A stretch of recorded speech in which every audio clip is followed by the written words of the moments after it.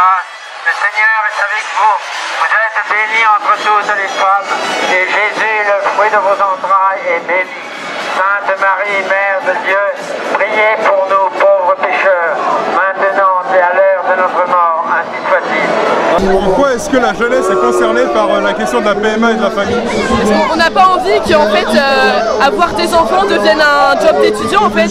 Et surtout que la jeunesse est particulièrement concernée parce que c'est la société dans laquelle nous on va vivre plus tard et ça concerne les années à venir. C'est nous, c'est notre société et on veut pas de ça dans notre société. C'est renseigné, c'est même pas nos parents. Enfin moi personnellement, mes parents viennent pas aujourd'hui, c'est moi qui ai décidé de venir pour défendre notre futur et notre société. Super, merci beaucoup. Parce que c'est notre future société et on a besoin de vivre dans un équilibre sain, même pour nous, pour nos futurs enfants, pour la société, pour le monde, l'humanité, pour notre religion, c'est trop important. Bonjour Monsieur Camus. Bonjour. Alors, on vient de se croiser, hein, inopinément, ce n'était pas prévu. Alors dites-moi, quels sont les dangers à long terme de la PMA? Les dangers sont les dangers de tout ce qui est remplacé. C'est au centre de ce que j'appelle le remplacisme global, c'est-à-dire que tout devient faux, inauthentique, fabriqué, industrialisé, y compris l'homme. Les dangers, pour le résumer d'un mot ou de deux, c'est l'industrialisation de l'homme. L'homme est la dernière entité qui deviennent industrialisés, un produit et commercialisé d'ailleurs, interchangeable. Et alors la PMA serait destinée à quel marché du coup, les enfants issus? À tous les marchés, au marché de l'homme qui est le plus vaste marché mondial. Personnellement, les inégalités ne me gênent pas, je ne suis pas un ennemi des inégalités, ce qui me fait peur, c'est au contraire la matière humaine à différencier, le fait que l'espèce humaine soit réduite à un objet fabriqué, industrialisé par la technique devenue folle. On se rend compte que la technique peut faire tout et je pense que nous sommes arrivés à un stade où le fait qu'on puisse faire quelque chose doit cesser d'appliquer, qu'on doit le faire. On peut le faire, peut vouloir dire, eh bien justement, il ne faut pas le faire, il faut arrêter, il faut revenir en arrière. L'homme est allé jusqu'au bout de lui-même, il est temps, ce n'est pas spécialement joli, il est temps qu'il reparte un peu en arrière. Le grand remplacement ne cesse d'accélérer, en effet. Mais le grand remplacement n'est qu'une toute petite partie de ce que j'appelle le remplacisme global. C'est-à-dire, oui, le mot est difficile à prononcer, l'industrialisation de l'homme. Qui aurait un intérêt à ça? L'intérêt, la conception économique du monde, les finances, ce que j'appelle la démocratie, c'est-à-dire toutes les forces qui voient le monde d'un point de vue purement économique, au lieu de voir l'homme comme ce qu'il y a de plus précieux sur la Terre. Toutes les forces qui se réunissent à Davos, par exemple, c'est pour ça que je crois que Davos, c'est la capitale mondiale de la conception financière, économique, industrielle de l'homme.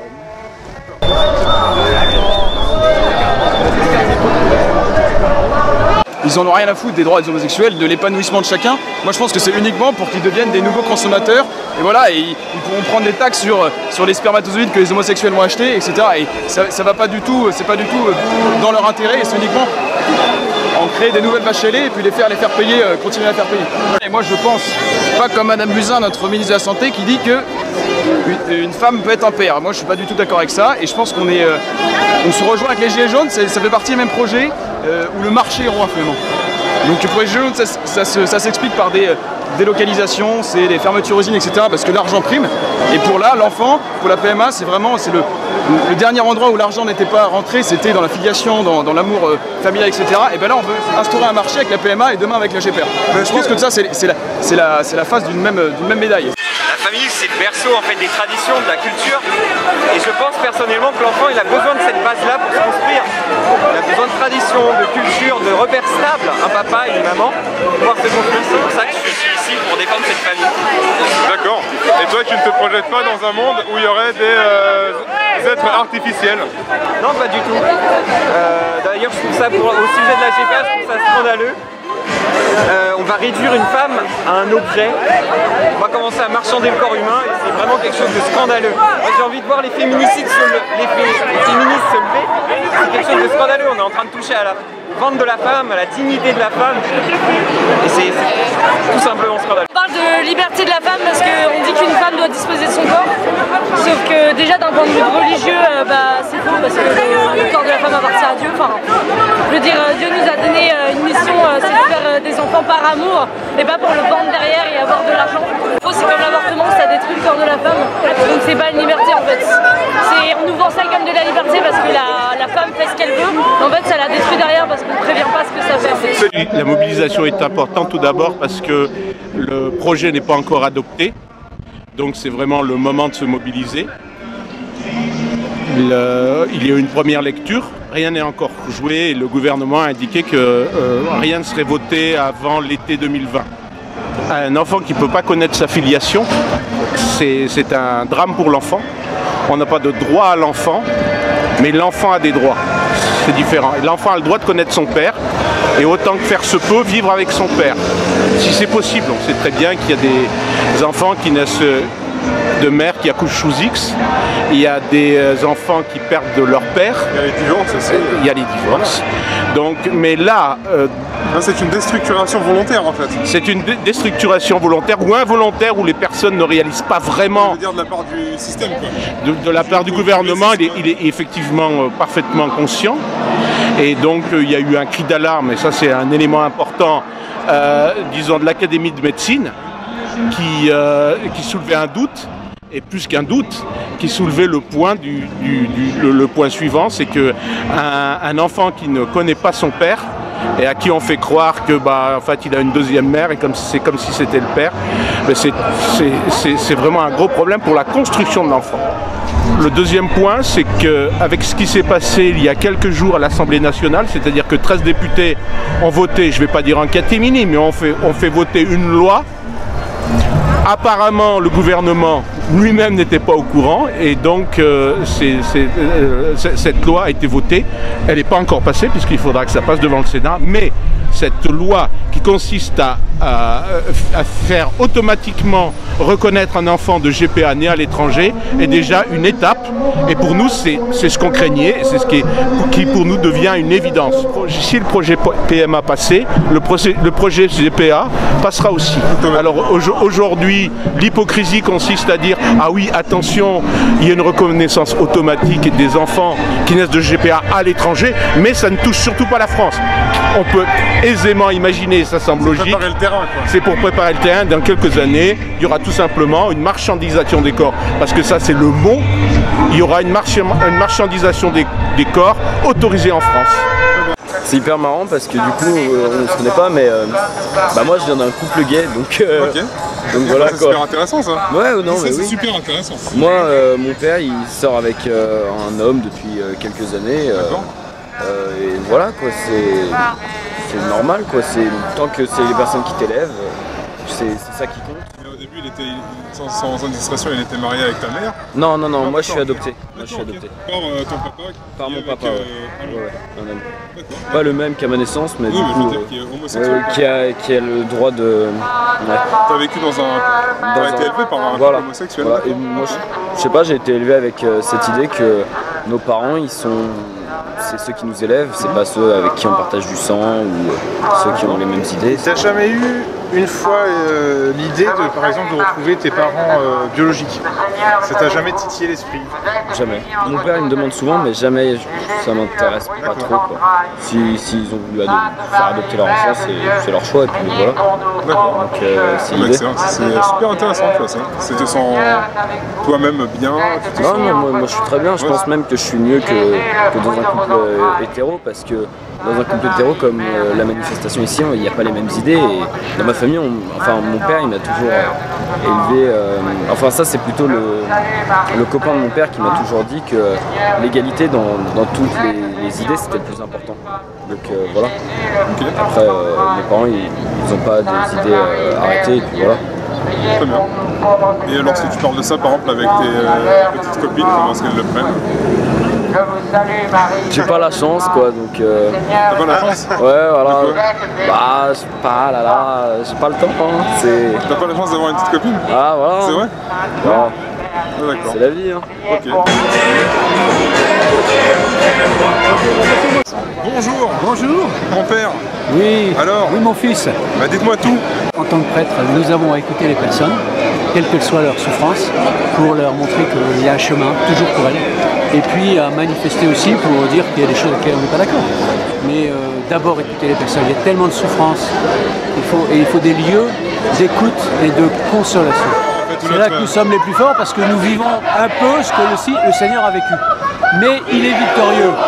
Donc si on tient dans la confiance, si on se confie au cœur de Jésus par Marie, on aura la victoire. Et dans la paix, dans la paix. Merci. Je suis plein d'espérance. Merci. Merci. Donc on est même le fameux pays des droits de l'homme. Je pense que cette PMA, ces lois, c'est vraiment des lois qui sont faites finalement pour les plus forts, ceux qui ont le choix, en oubliant le bien des plus faibles. Donc cette loi, c'est une insulte à tout ce que notre pays peut comporter d'histoire, de grands hommes, de traditions. Je pense que c'est vraiment deux lois qui déshumanisent totalement, qui sont une insulte à ce qu'on est, à notre identité, et qui nous mènent surtout droit dans le mur. J'ai lu le projet de loi et j'ai été profondément révoltée par tout ce qu'il impliquait, parce que c'est de la manipulation de ce que l'homme est dans son être profond. C'est abandonné pour tout ce qui est suppression de la semaine de réflexion concernant l'IMG. C'est abandonner les parents à la panique. Et donc c'est les laisser prendre une décision qu'ils vont peut-être regretter puisqu'ils n'auront pas eu le temps de la mûrir. Et pour moi, ce projet de loi comporte trop d'éléments qui laissent la porte ouverte à des abus. Tout n'est pas fixé clair. Et ce qu'il est laisse la porte ouverte à des abus concernant la manipulation du génome humain.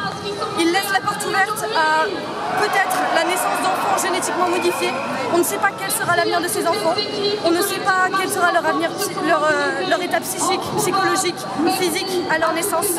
La PMA pour moi c'est une partie importante du nouveau projet de loi, mais ce n'est pas le seul problème de ce projet de loi.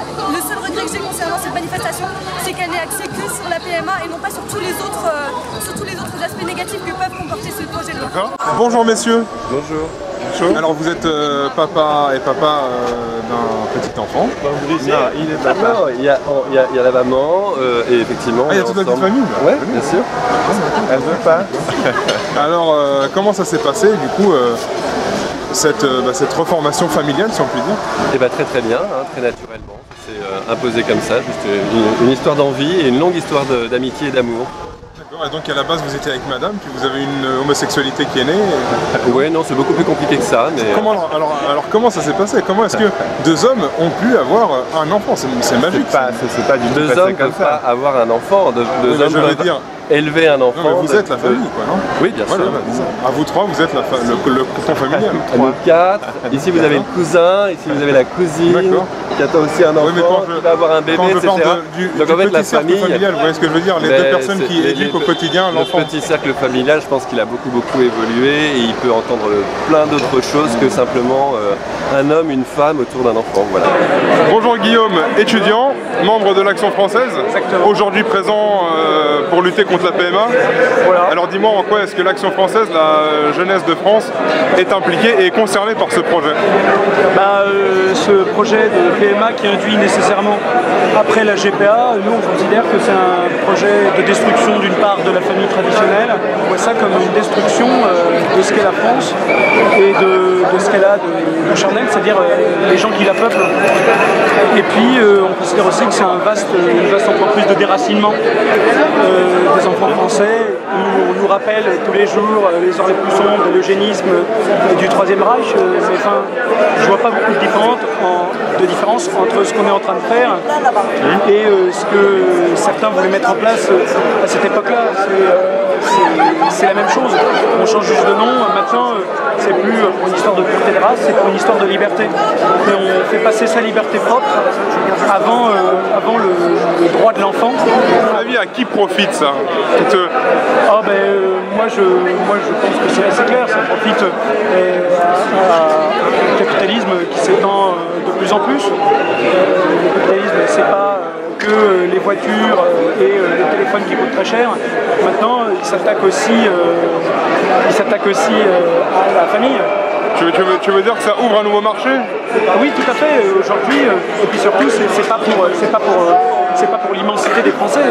Voilà, et qu'est-ce que tu dirais à tous les jeunes Français pour rejoindre l'Action française? Il faut se radicaliser, il faut avoir des principes. Aujourd'hui, dans notre monde, il y a un relativisme qui est absolument partout. Il faut arrêter le relativisme, ça mène à rien. Il faut avoir des convictions. Ces convictions, c'est défendre la famille, défendre ce qu'on a tous en commun.